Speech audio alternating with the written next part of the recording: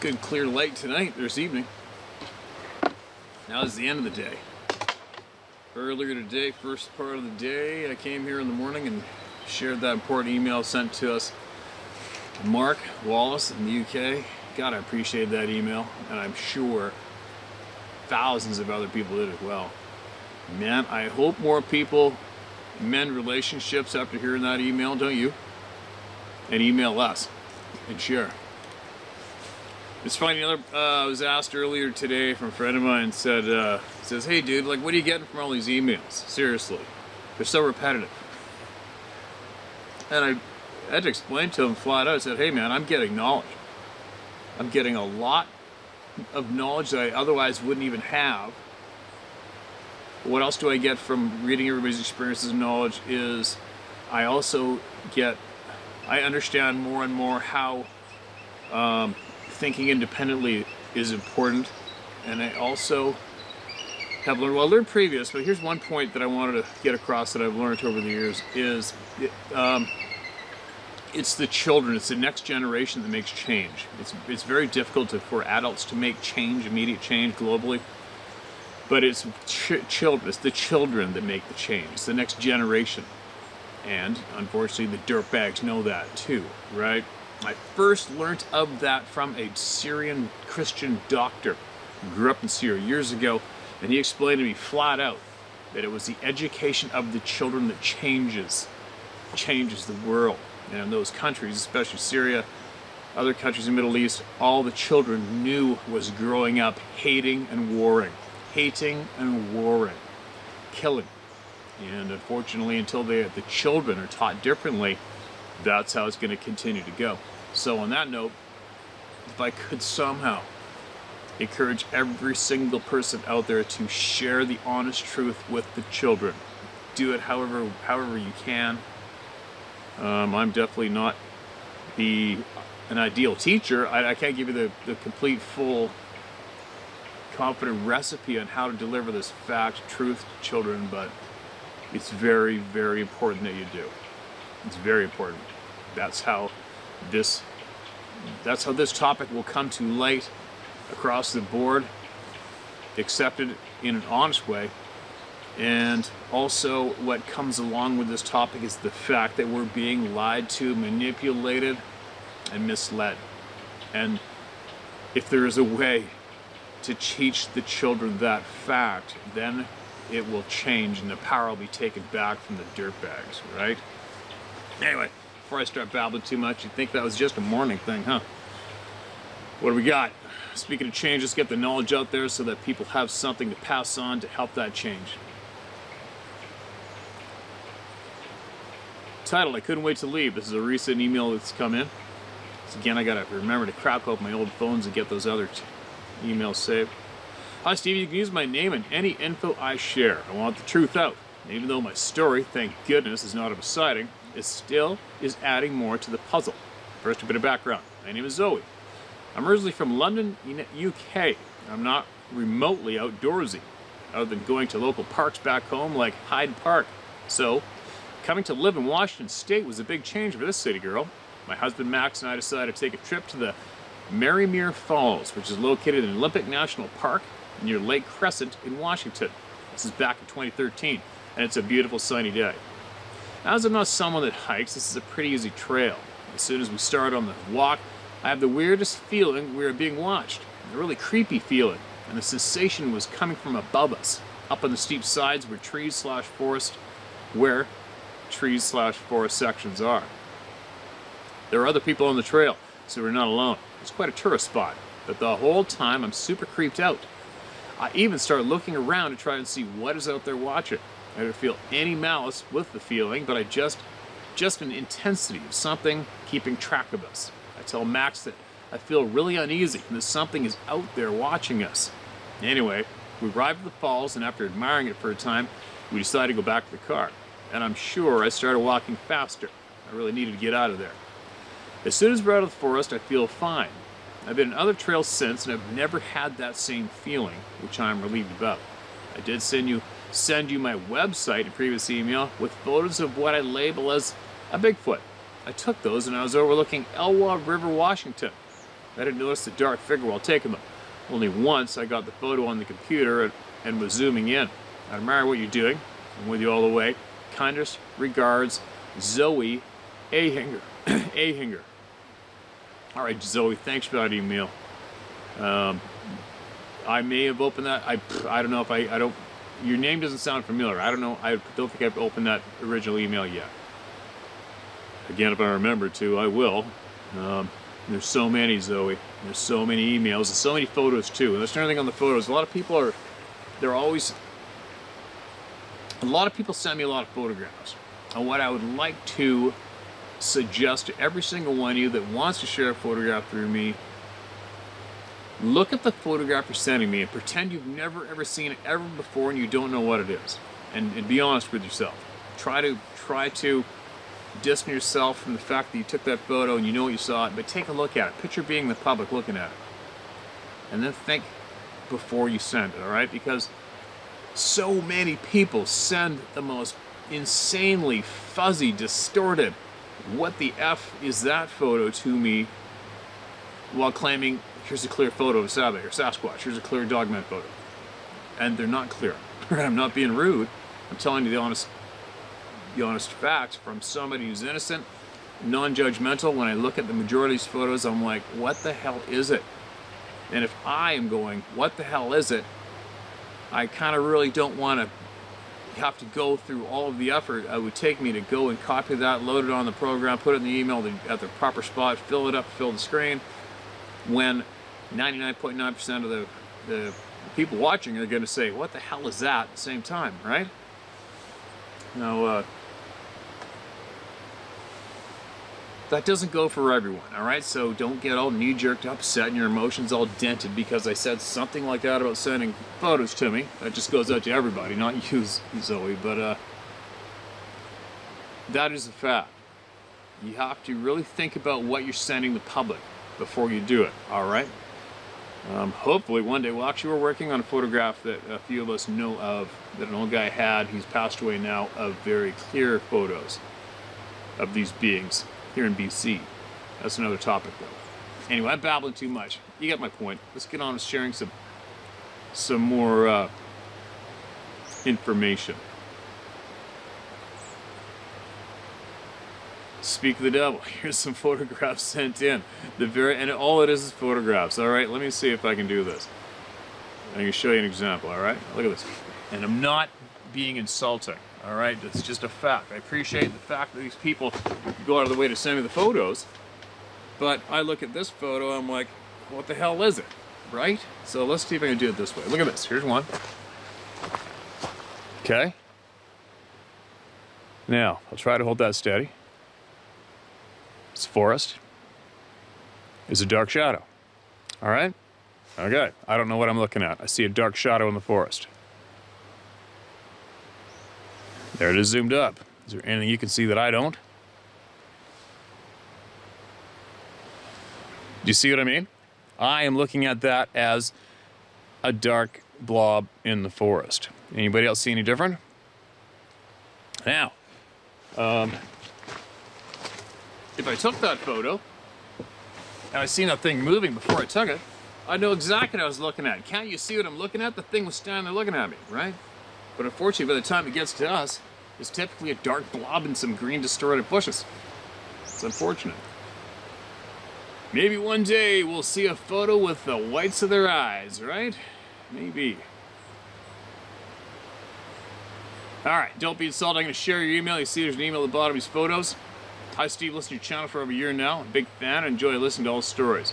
I'm always in search of knowledge. For the past few years, I've spent countless hours listening and studying the topic of Sasquatch, Sabe, ever since my encounter.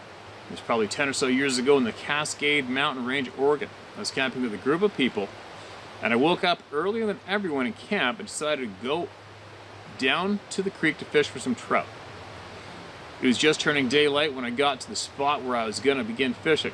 So shortly after I began, there was a creature across the creek, no more than 50 feet away, that began whooping. So, me, never hearing the sound before, I started mimicking the sound. Every time I would whoop back at it. And this went on for a good 15 minutes. every time I would move further down the creek, it would follow and stop right in front of me, but I could never see it, and it would begin whooping again.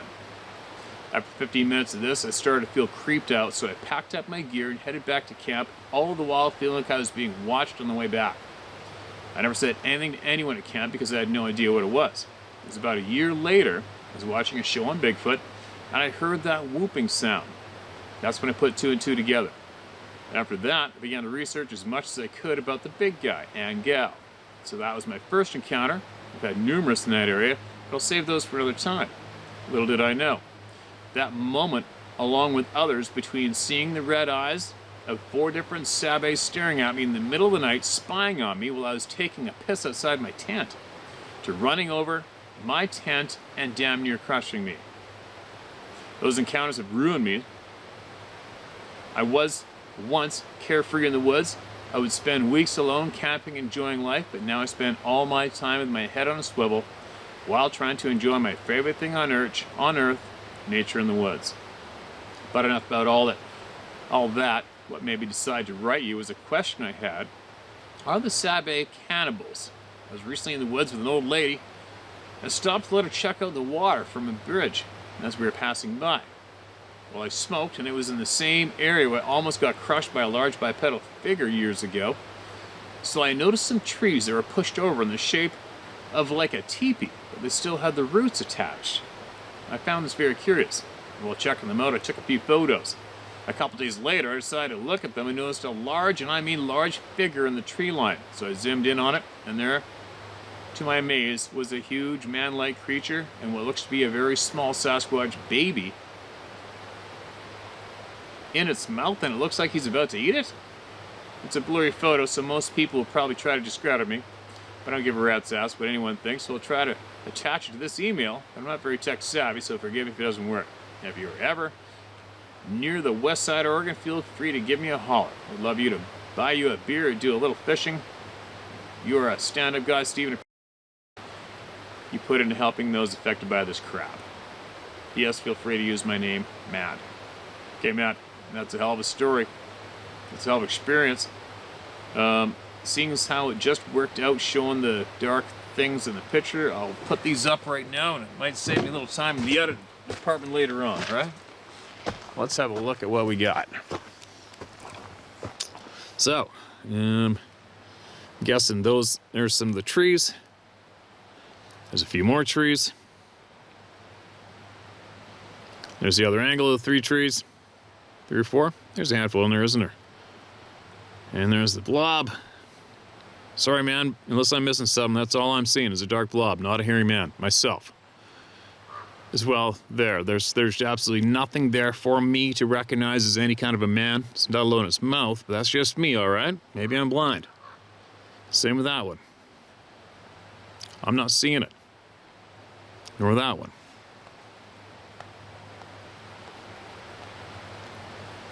It's tough, right? It's a tough thing to do, taking these photos, especially when somebody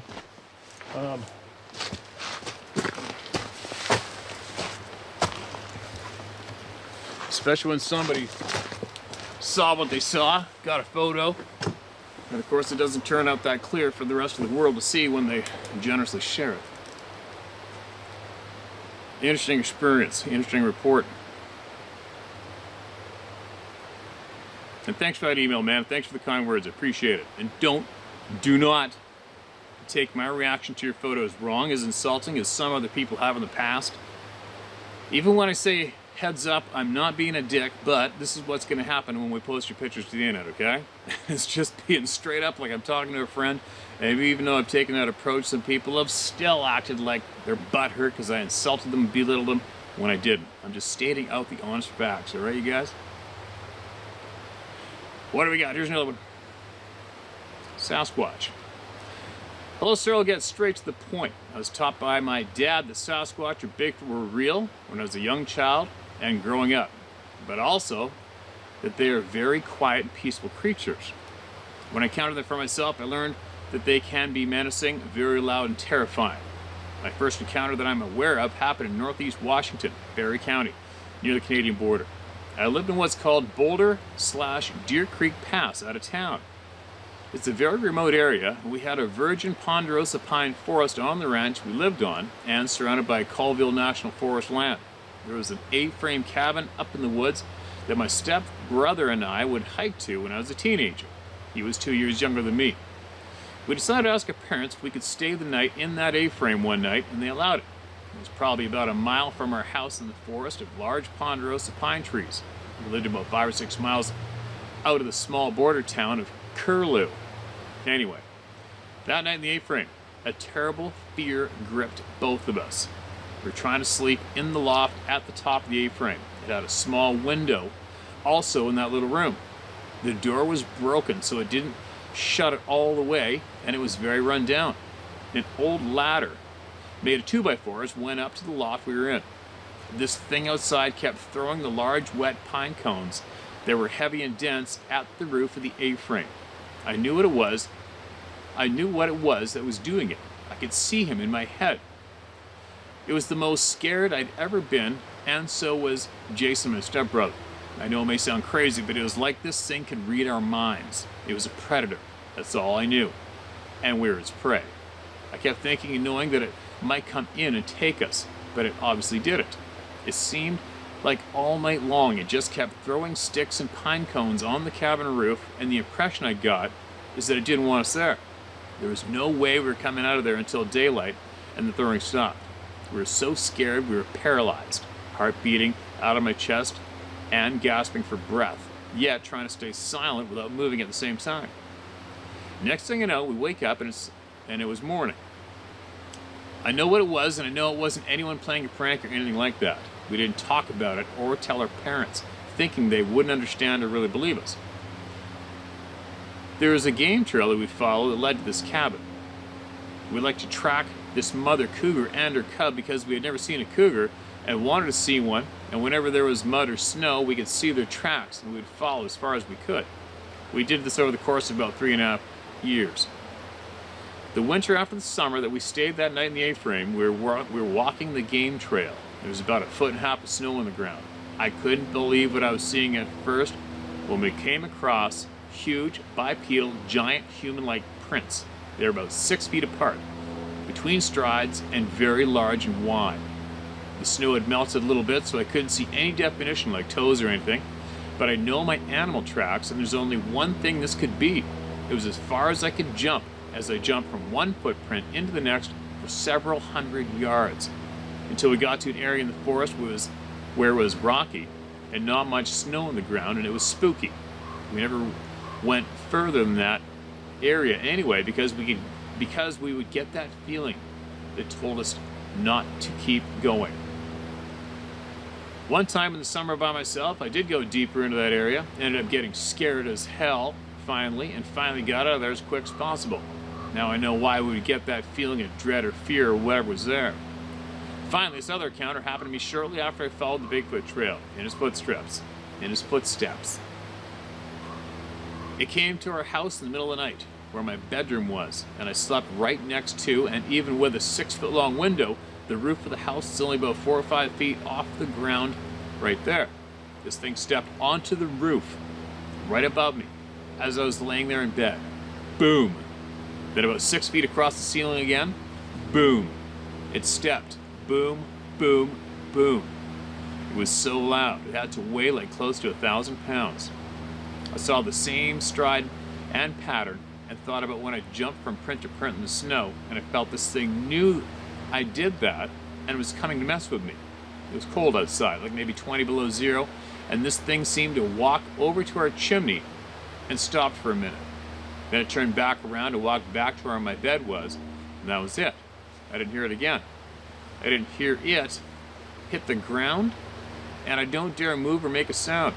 We had rifles in the house, and the thought of me running to wake my dad up and get the guns while this thing was on the house entered my mind, but somehow knew that it would be able to enter the house and kill us all before we could kill it. I knew it was all powerful, like supernatural.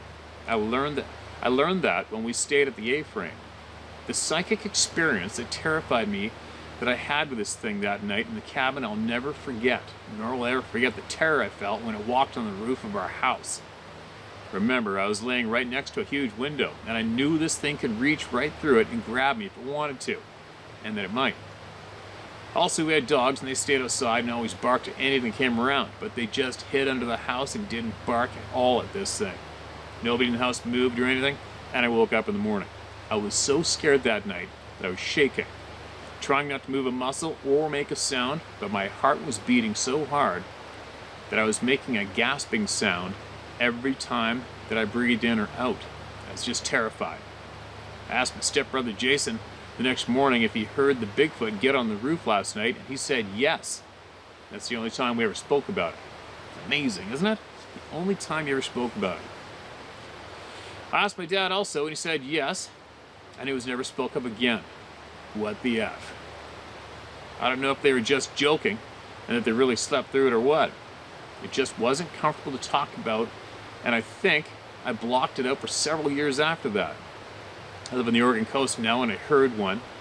I lived on a ranch surrounded by the Elliott State Forest. I was out in a field one misty night surrounded by the forest hills with a friend. The noise we heard sounded like huge trees falling over and over again real fast, like an impossible sound.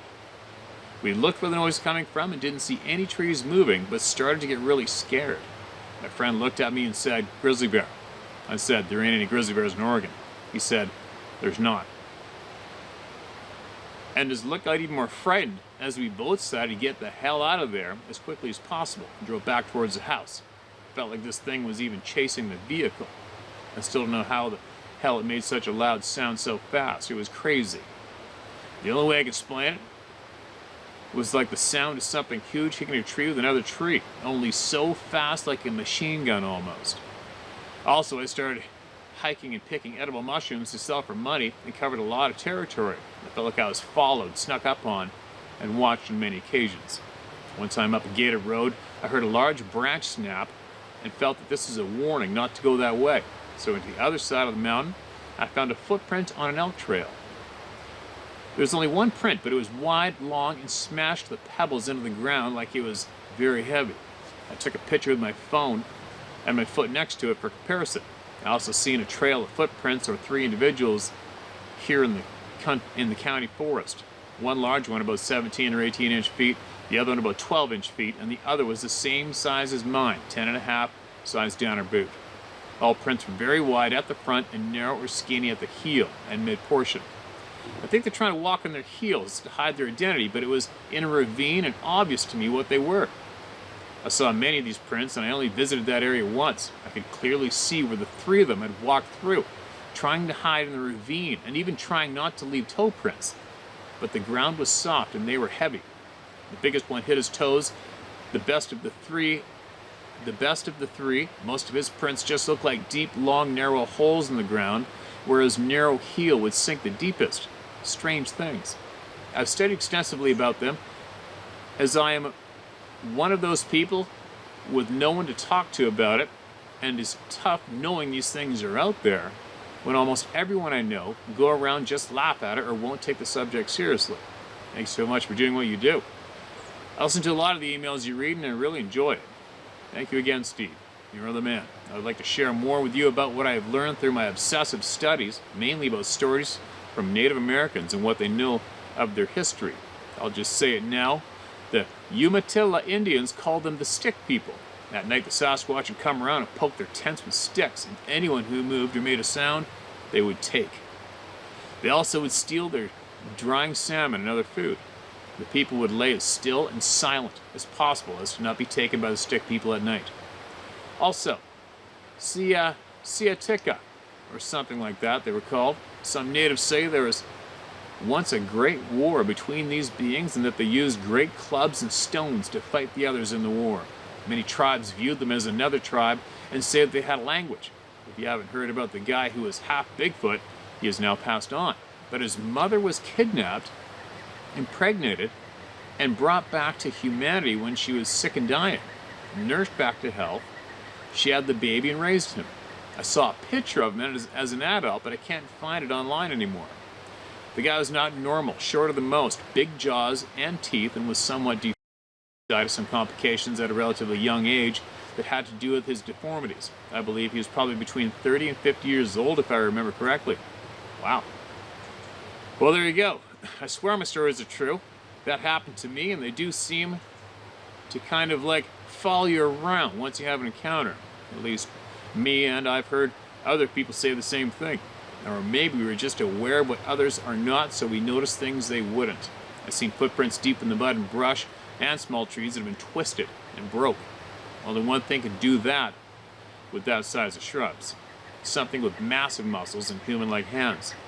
Others may not think twice about seeing things that they wouldn't even think about. Think twice about. I've been in nature a lot of my life since a very young age, fishing, hunting, hiking, tracking animals. I haven't gone into the woods now for almost 3 years.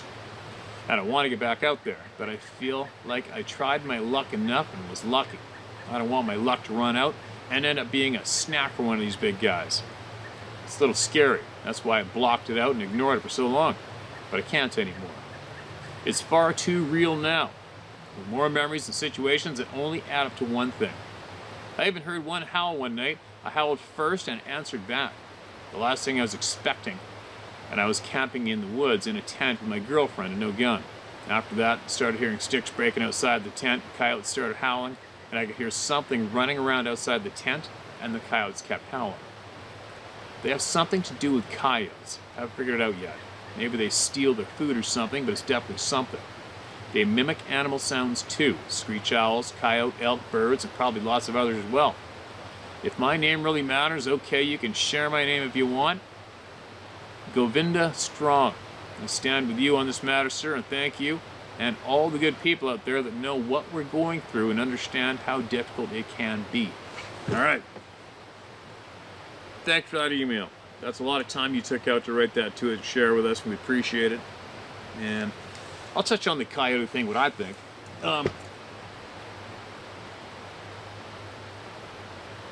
I wonder if possibly the coyote sounds are a sound that they can make with ease, and they can really mimic them very perfectly. Possibly, I don't know. I'm just a thought, because of all the animals they could pick to associate with and hang out with and be at the same place as, why would they pick a frickin' coyote? Why would they pick a grizzly bear or a pack of wolves? Right? I don't know. I don't get it. I honestly don't understand the coyote connection. But I'm leaning towards it as possibly one of the easier wildlife sounds for them to mimic clearly. Possibly. Let's go one more, and I'm out of here. Maybe I'll hit the shop this evening, you never know, and do another one. Sasquatch encounter possible theory. Steve, first I'd like to start out by acknowledging the importance of what you're doing. Thank you for having a platform for people to share their own very personal experiences with the unknown. I live in Idaho. And although I don't have a story of my own personal encounter with a Sasquatch, I'm aware of 2 people who do, and I was actually present at the moment in time when it occurred. I was told about the encounter the very next morning while we were camping in the woods above Crouch, Idaho, over some strange coffee and a quick camp stove breakfast.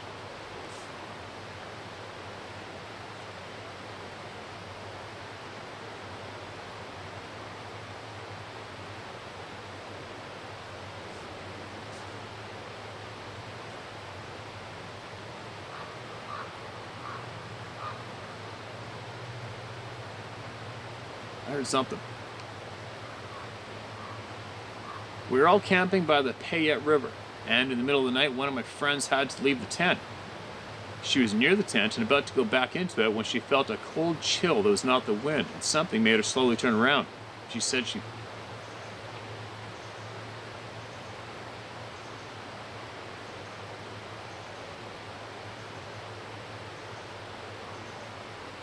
felt it before she saw it, that feeling of being stared at. And when she did see it, she said she froze. She said it felt like an animal not wanting to be seen by a predator.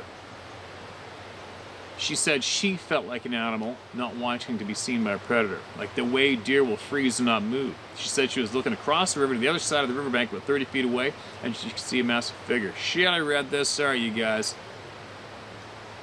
Read it. I must be getting tired.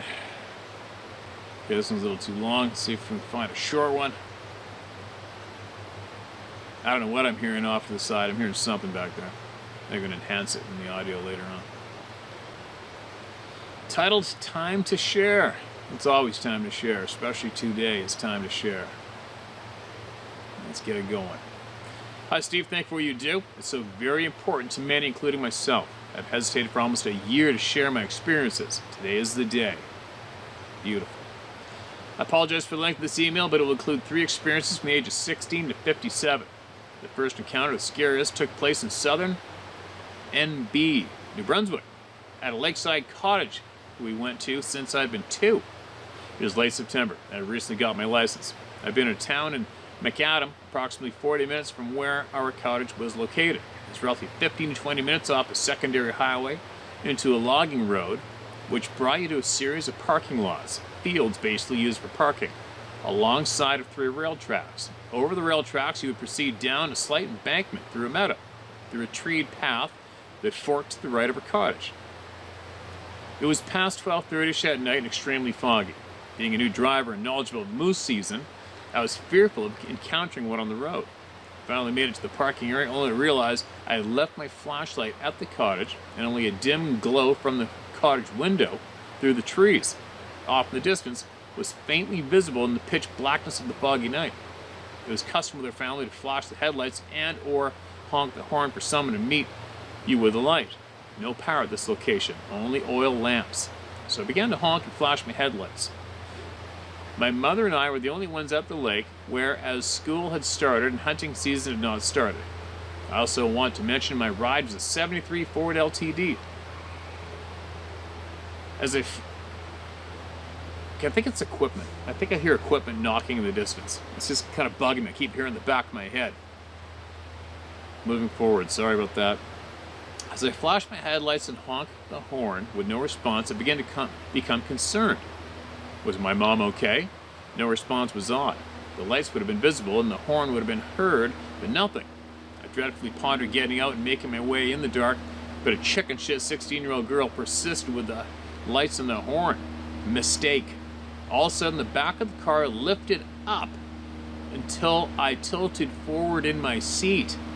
I was shocked, bewildered, and fear poured over me with iciness.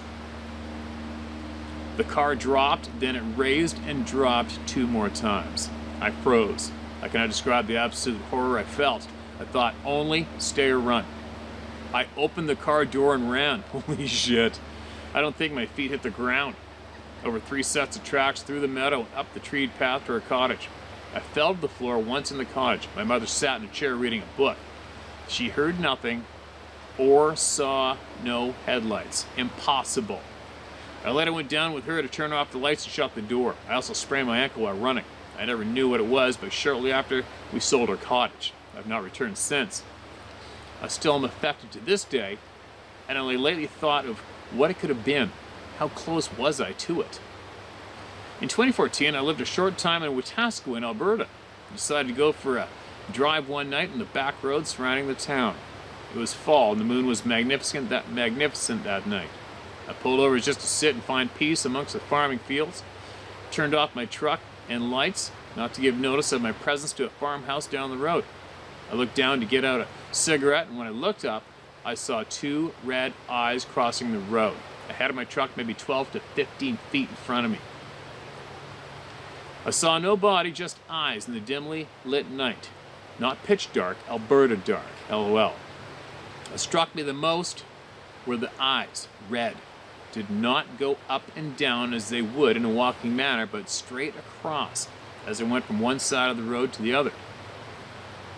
I started the truck and left as quick as possible, barely able to breathe and gripped with that similar fear I had felt so many years back. The third was outside Rocky Mountain House, Alberta, winter 2021. I recently built out a camper truck deal for nomading. Oh, I don't know about the built part, but for nomading, okay. I got to a place called Cow Lake. I'd parked for the day on the east side of the lake down a service road. I have a large dog and had been barking all day at something I could not see. He acted so weird on this occasion that I could not make out what his response was to what he was seeing. He'd wag his tail, then it would drop and he'd start backing up. It happened numerous times. I had a very uncomfortable feeling, but passed it off as being a scaredy cat, still nervous of the woods. I had gotten in my camper to have a nap and the dog would not settle. The burden of something grew, and I decided to pack up and leave. It had lightly snowed that morning, and as we drove out, I could see my tracks were the only ones. As I drove closer to the entry of this abandoned lease/service road, I saw the gates had been closed, no tracks. Never thought too much, but I did feel somewhat creeped out. I was bothered by it, so I went back the next day. I can only describe my experience as spiritual. I got a severe headache as soon as I entered the area we camped at. I had a mind-splitting voice that gave me the impression to leave, and the other half of the impression left me with the thought, the veil is thinning. I suffered for a week and the most insane headache I ever had. I may have got 5 to 6 hours sleep that whole week. Could not sleep. It pounded over in my head. The veil is thinning, leave. I returned 3 weeks later, stubborn and becoming a new nomad. I felt I had nowhere to go if I was too scared to camp. I entered and left the area on that third visit due to a piercing metallic whistle that confirmed my unwelcome presence. I will forward that video after this email. I'm lost now. Too scared to travel BC or Alberta, wooded areas at all. But what I do know, Steve, what do I do? Oh, what do I do now, Steve? What do I do? I made this commitment and feel safer in a city, and I dislike cities. Thank you for reading, sharing my experiences, thinking there is no answer for my fear. Now. Betty Stanix. Betty, thanks for the email. Hope I read it smooth. Get a little awkward. So you guys know my ears ring like a MF a lot of the time. Sometimes fierce, sometimes not so fierce. It's only due to a couple of almost lethal hunting accidents I've experienced while guiding over the years. Gunshots right beside my head from some mishaps. So when I have that ringing on the go and then I think I hear something off to the side, which I've been hearing something off to the side this past 10-15 minutes, it affects my reading greatly, I feel. But anyway, what do you do now? You go with your gut instincts. You go where you want to go. You go where you're curious of going. You go where you think it's beautiful and you want to see and check out. And you take baby steps. And you rely on your sixth sense. Get a dog. For sure get a dog if you're going to be alone. And the dog will be your clear sixth sense. Period. And trust the dog. And go anyway until it doesn't feel right. And then just turn around and leave right away.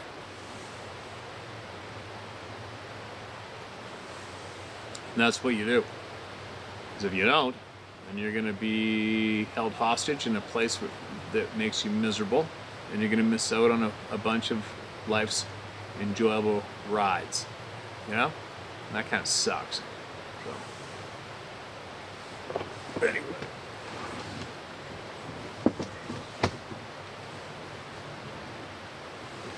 Sure it's peaceful down here, isn't it?